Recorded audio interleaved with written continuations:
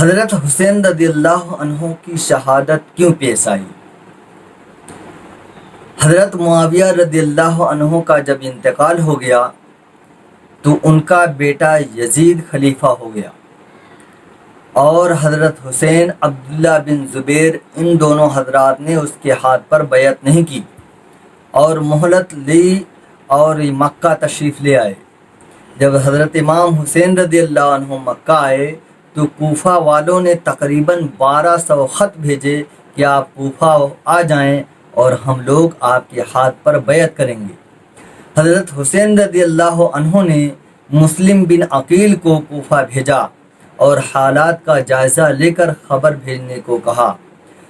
جب مسلم بن عقیل رضی اللہ عنہ کوفہ آئے تو لوگوں نے بہت سراہا، بہت قدر کی، انہوں نے اپنے پاس جگہ دی۔ جب ان کو یقین ہو گیا کہ ہاں لوگ یقیناً آپ کی بیعت پر راضی ہیں تو انہوں نے خط لکھا کہ آپ لوگ تیار ہیں بیعت کرنے کے لیے، آپ کوفہ تشریف لے آئیں۔ جب آپ کوفہ جانے لگے تو بہت سے صحابہ نے منع کیا۔ عبداللہ ابن عمر اور ابن علی حنفیہ نے اور بہت سے صحابہ نے منع کیا کہ آپ کوفہ نہ جائیں، لیکن انہوں نے کہا کہ نہیں میں جاؤں گا۔ انہوں نے پکا ارادہ کر لیا تھا کوفہ جانے کے لیے، تو وہ چل پڑے۔ اتنے عرصہ میں جب آپ مکہ سے کوفہ کی طرف جا رہے تھے تو یزید نے ابن زیاد کو خط لکھا کہ وہ وہاں کے حالات قابو میں کرے۔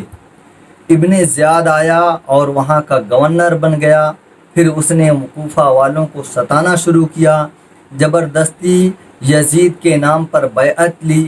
کوفہ والے یہاں سے پھر گئے اور مسلم بن عقیل ان کے ساتھیوں کو یزید نے ابن زیاد نے بہت ستا کر شہید کر ڈالا۔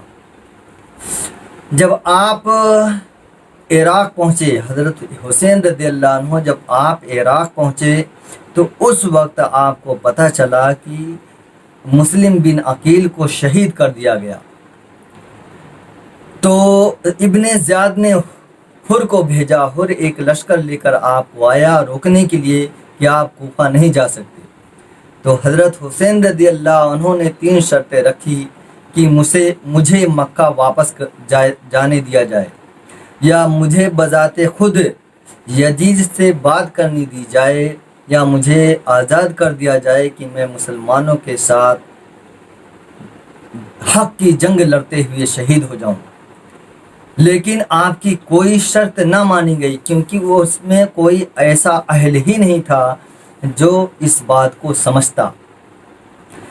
ابن حر پیچھے پیچھے لگا رہا اور یہاں تک کہ انعام و اکرام کے چکر میں کربلا کے میدان میں آپ کو اور آپ کے ساتھیوں کی نماز کی حالت میں شہید کر ڈالا۔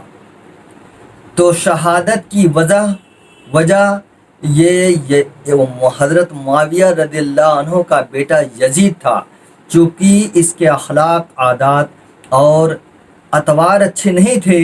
صحابہ اسے پسند نہیں کرتے تھے، اچھے لوگ اسے اچھا نہیں سمجھتے تھے، اس لیے اس کے ہاتھ پر بیعت نہیں کرنا چاہتے تھے، اور یہ خلیفہ کے لائق بھی نہیں تھا۔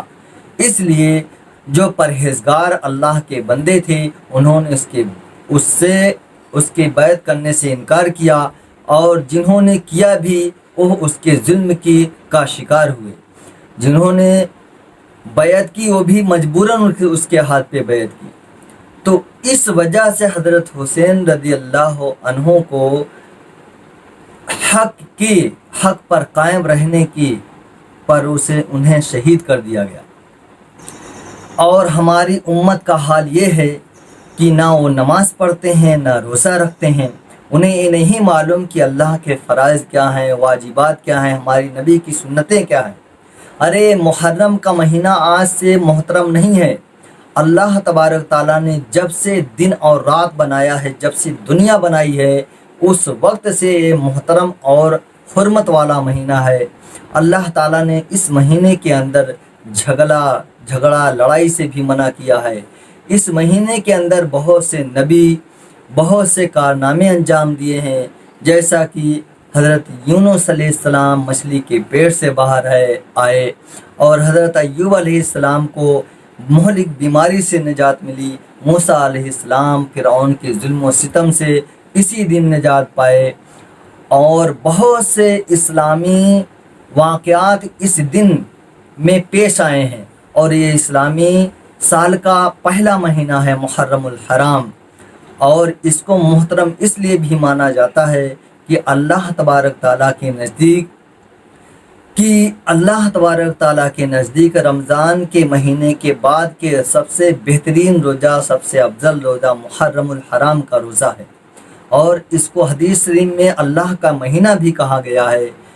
اس مہینے میں آپ کبھی بھی روزہ رکھ سکتے ہیں، اس کا بہت ثواب ہے، خصوصاً 9 اور 10 تاریخ کو یا 10 اور 11 تاریخ کو 2 روزہ رکھے جاتے ہیں جو کہ نفلی ہیں لیکن بہت ثواب کے حامل ہیں۔ تو دوستو، اس مہینے میں اس دن محرم کے دن ہمیں کیا کرنا چاہیے؟ خوب اچھا سے اچھا کھانا تیار کرنا چاہیے، اپنے خوب اچھے سے اچھا لباس پہننا چاہیے، اور اپنے اہل و عیال کو پہنانا چاہیے۔ اس سے اللہ تعالیٰ پورے سال میں وسعت پیدا کرتے ہیں، یعنی اللہ تعالیٰ اس کی روزی بڑھا دیتے ہیں۔ دوسرا کام، ہمیں ذکر اذکار، اللہ کی عبادت کر کے شہدائے کربلا، دنیا کے سارے مسلمان مرد عورت کو ایصال ثواب کرنا چاہیے، اور اس دن سے ہمیں ڈرنا چاہیے کیونکہ اسی دن قیامت بھی قائم ہوگی۔ تیسرا کام ہمیں یہ کرنا چاہیے کہ روزہ رکھنا چاہیے 9 تاریخ یا 10 تاریخ یا 11 تاریخ کو۔ ان 3 کاموں کے علاوہ باقی فضولیات واہیات ہیں جس کا دین سے کوئی تعلق ہی نہیں ہے۔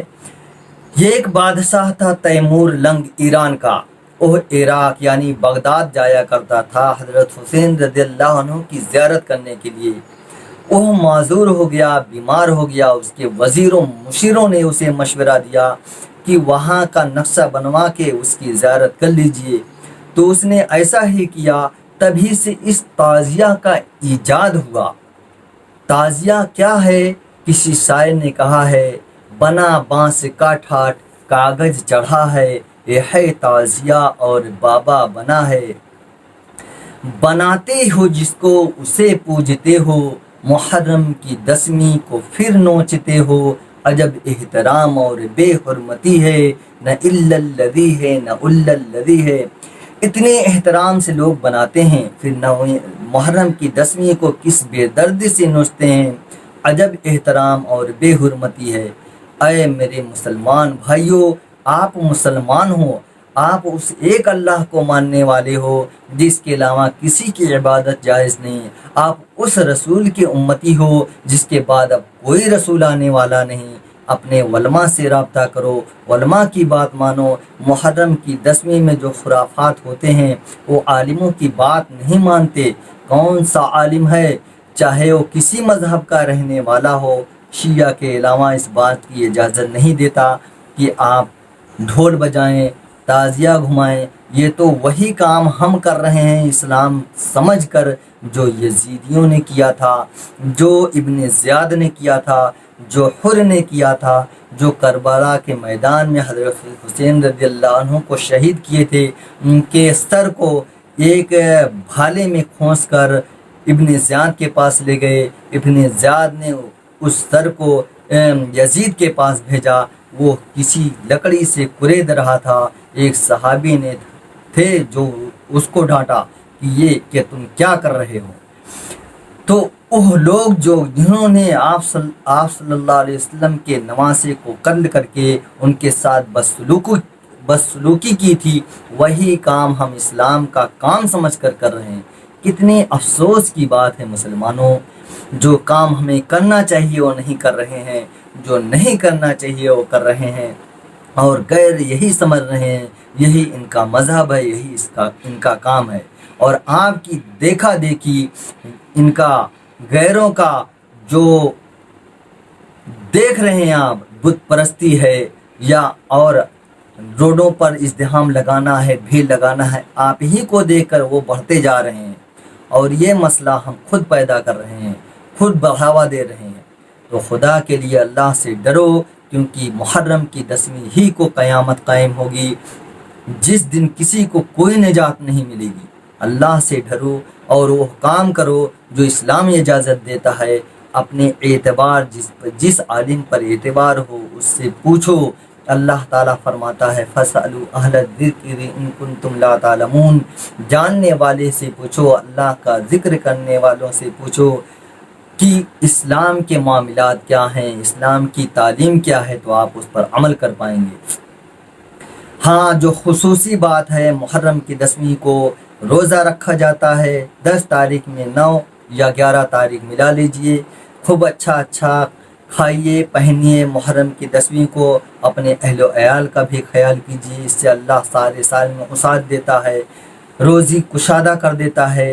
اور جو ہو سکے آپ ذکر اذکار کر کے شہدائے کربلا، اور آپ کو یہ بھی معلوم ہونا چاہیے ایک بہت بڑے جلیل القدر صحابی حضرت عمر رضی اللہ عنہ کا بھی کی شہادت اسی ایک ہی محرم کو ہوئی تھی۔